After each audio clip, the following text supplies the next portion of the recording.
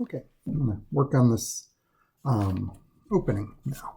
So first of all, as always, I'm just going to take my circular object that's the diameter I want my opening to be and just double checking that. If it's a little too small, the opening's too small, you can just take something like this and put it on top and just cut around it to make a new opening, but I don't have that problem. So then what I'm going to do is I'm going to use the scraping feature of this tool to just, so what I'm doing is I'm holding it flat across the top here. And that way, and you can do this on the inside too. You can kind of scrape around the inside. Sort of have to do a little bit of both.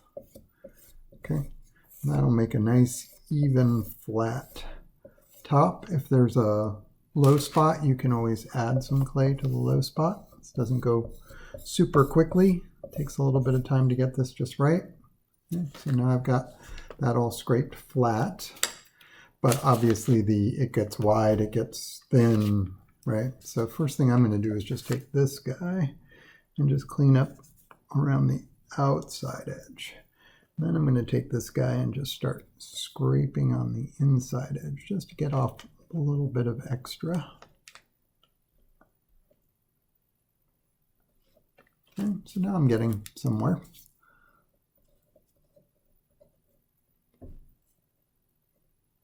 Just trying to scrape more from the thicker parts. Now you kind of just have to decide how thick you want this to be. And then if you have some parts that are too thin, you're going to have to add some clay and then let it firm up a little bit. Okay, so then I'm going to scrape this down again. I think it's a little low right here. So in preparation for the next step, I'm just going to fill in a couple little low spots right there. Just taking, regular clay. You don't want anything too mushy because you want it to firm up quickly. And you should wet that first, actually, before you start adding this. Maybe even score it a little bit. Didn't think of that. I can tell that I'm smoothing so little in, I could tell that it was going to be okay, but maybe even score it up a little bit before you start adding more clay so that it doesn't flake off later. And then again, like I was just saying, if it's a little thin on the inside, you can sort of just smear a little clay anywhere where the wall's a little thin.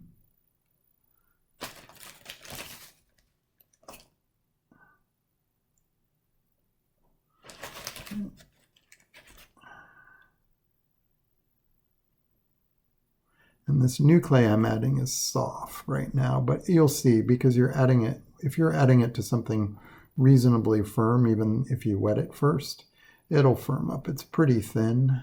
It'll firm up within probably half hour, 45 minutes, maybe an hour or two, I'm not sure.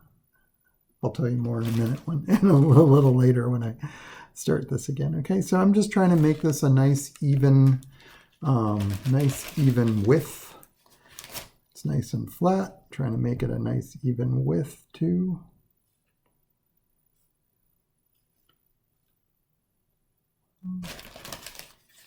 And again, if the clay was really dry, you should definitely wet it and score it first before you add it. This clay was just barely soft enough that it was okay.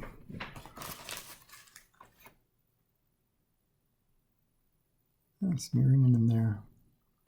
And you won't be able to get it perfect because I'm working with cream cheese right now. So I'm just trying to roughly get it reasonably close. And then just make sure it's even all the way around. Okay, so it looks like that. It's got a little bit of a cream cheese texture to it now. But if I let that firm up, I'll be able to clean that up. Okay, so I've let this firm up. And it's pretty nice. So I'm going to just clean up this rim and just take the edges off. That'll give it a little smoothing. So I'm just going to use a sponge around the inside to just take those edges off. And I've got a little more work to do here. And again, anything you do now that'll keep you from being disappointed later is worth it. I'm just going to go around and just clean up this inside part and give it another good sponging until that's not ugly anymore.